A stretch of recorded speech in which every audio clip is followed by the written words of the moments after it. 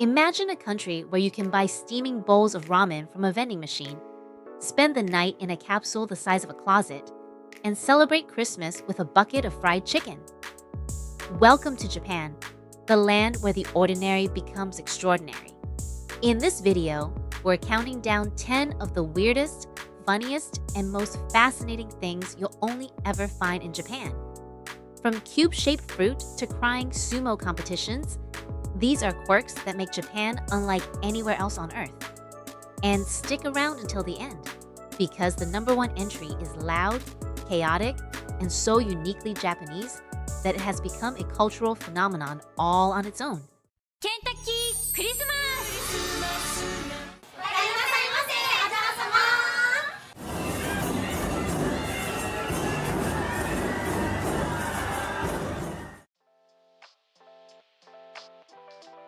Japan is home to over 4 million vending machines.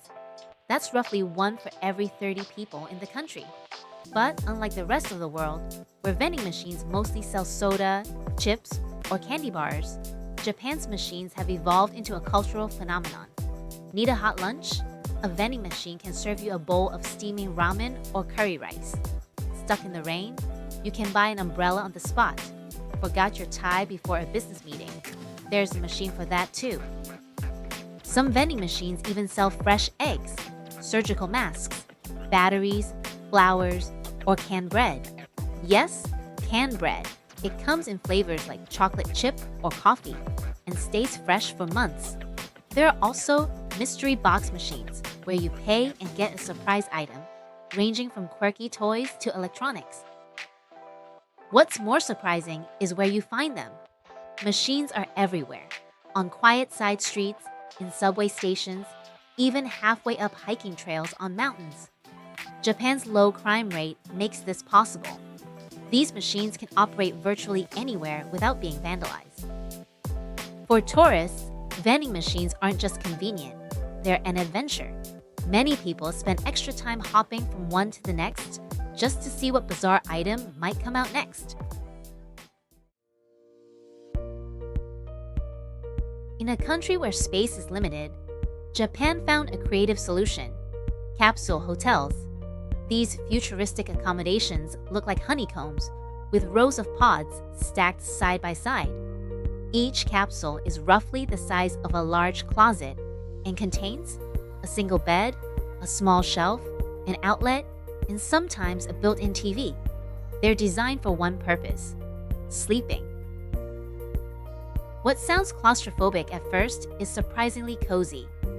Many capsules include adjustable lighting, air conditioning, and soundproof walls, offering a private and comfortable sleep space. Guests share common bathrooms and lounges, keeping costs low. Capsule hotels first appeared in the late 1970s, catering to salarymen who missed the last train home after a long day at work. Today, they become popular with tourists looking for a unique and affordable stay. Some of them go beyond practicality and lean into themes. Imagine sleeping in a pod glowing with neon lights, a capsule styled like a spaceship, or a luxury pod with memory foam mattresses. For a country that thrives on innovation, these hotels are the perfect blend of function and fun. In most countries, Kit Kat comes in just a few varieties: milk chocolate, dark, and maybe white chocolate. But in Japan, Kit Kats are a full-blown cultural obsession. There are over 300 flavors, and they're constantly rotating. Some of the more popular ones include matcha green tea, strawberry cheesecake, and sake. Others are much stranger: soy sauce, wasabi, purple sweet potato, and even corn on the cob. The reason Kit Kats became so popular in Japan is partly cultural. The phrase kirokatsu sounds similar to surely win in Japanese, making the candy a symbol of good luck. Students eat Kit Kats before exams, and people gift them to friends and family as a way of saying, "You got this." Many flavors are also region-specific. For example, in Hokkaido, you'll find melon and baked apple flavors, while Kyoto specializes in matcha. This turns Kit Kats into collectible souvenirs, with tourists often filling their suitcases with limited edition boxes. In short, Kit Kats in Japan aren't just snacks, they're a national tradition, blending marketing, culture, and creativity.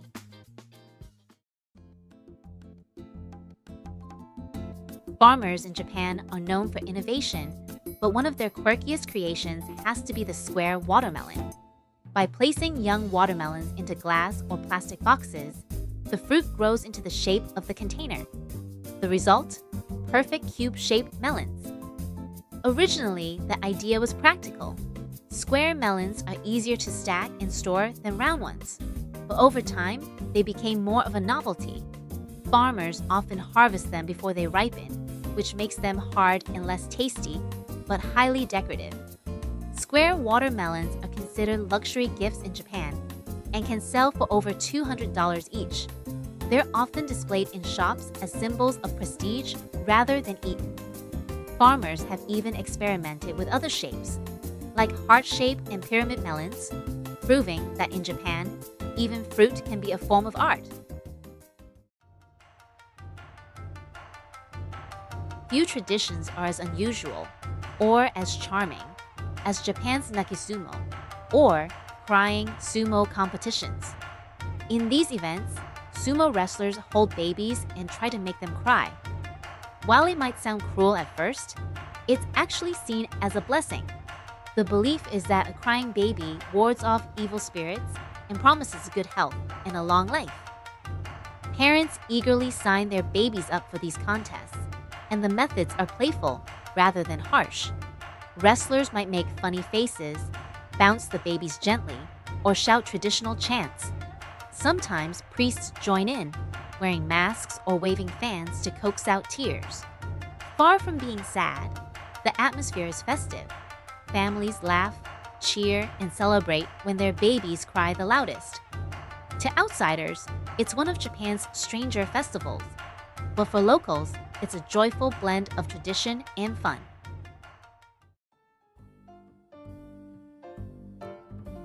In the Tokyo Akihabara district, known for its anime and gaming culture, you'll find cafes unlike anywhere else. Maid cafes.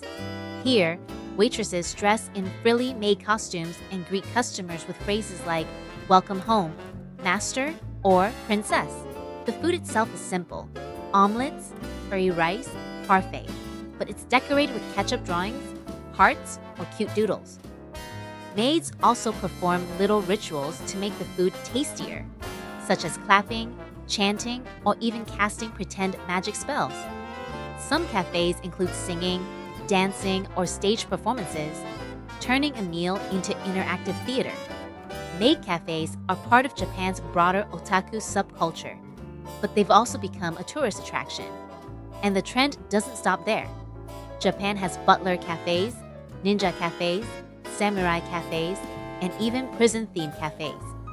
Dining in Japan is often as much about the experience as the food itself.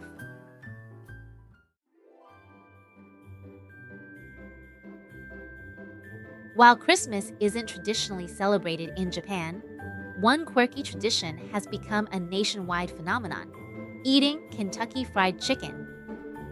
Back in the 1970s, KFC launched a marketing campaign called Kentucky for Christmas, suggesting fried chicken as the perfect holiday meal. With no cultural tradition of turkey dinners, the idea caught on, and it never stopped.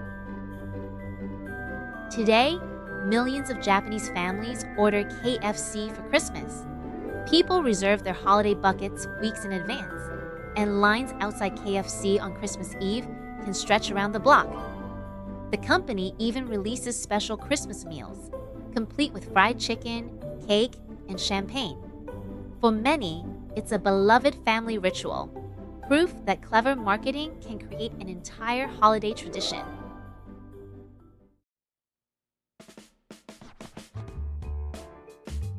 In Japan, mascots aren't just for sports teams. They're everywhere. Known as yoruchara, these mascots represent towns, prefectures, companies, events, and even government agencies.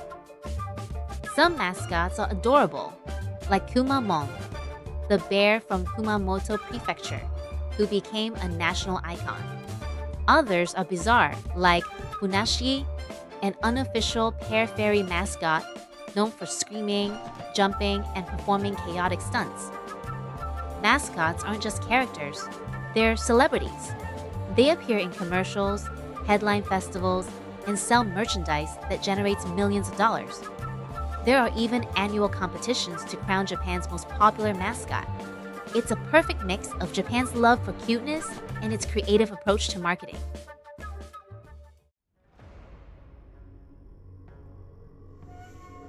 Japan has a festival, or matsuri, for just about everything.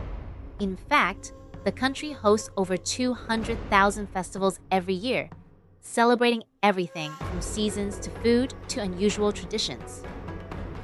There are snow festivals in Sapporo with giant ice sculptures, firework festivals in summer where rivers and skies light up, and fertility festivals where enormous carved symbols are paraded through the streets. There's even a doll festival, a naked man festival, and, of course, the crying baby sumo competitions we mentioned earlier. These events mix ancient Shinto beliefs with modern entertainment, and every region has its own unique take. Festivals often include food stalls, music, parades, and portable shrines carried through the streets. For visitors, Japan's festivals are some of the most exciting, colorful, and unforgettable experiences the country has to offer.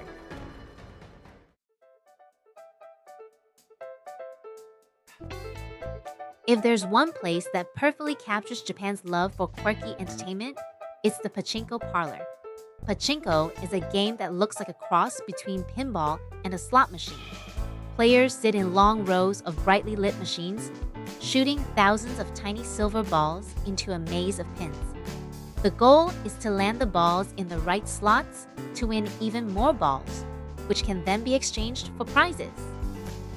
Step inside a Pachinko parlor, and you'll be hit with a wall of flashing neon lights, booming electronic sounds, and the constant clattering of metal balls. The atmosphere is intense. It's part arcade, part casino, and part sensory overload. What makes Pachinko uniquely Japanese is the way it skirts gambling laws.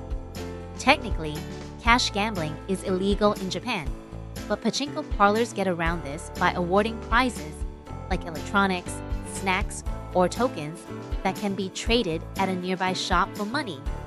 This loophole has kept the industry alive for decades. Pachinko is hugely popular, especially among older generations, with parlors found in almost every city. For tourists, visiting one is an unforgettable culture shock. Whether you play or just soak in the chaos, it's a side of Japan you'll never forget. From vending machines that sell umbrellas to Pachinko parlors that buzz with flashing lights and endless clattering balls, Japan is a country that constantly surprises the world. Whether it's fast food becoming a Christmas tradition, fruit turned into cubes, or mascots that scream and dance on stage, Japan makes the ordinary extraordinary. So, which one of these weird things would you try first? Don't be surprised if Japan invents something even stranger tomorrow.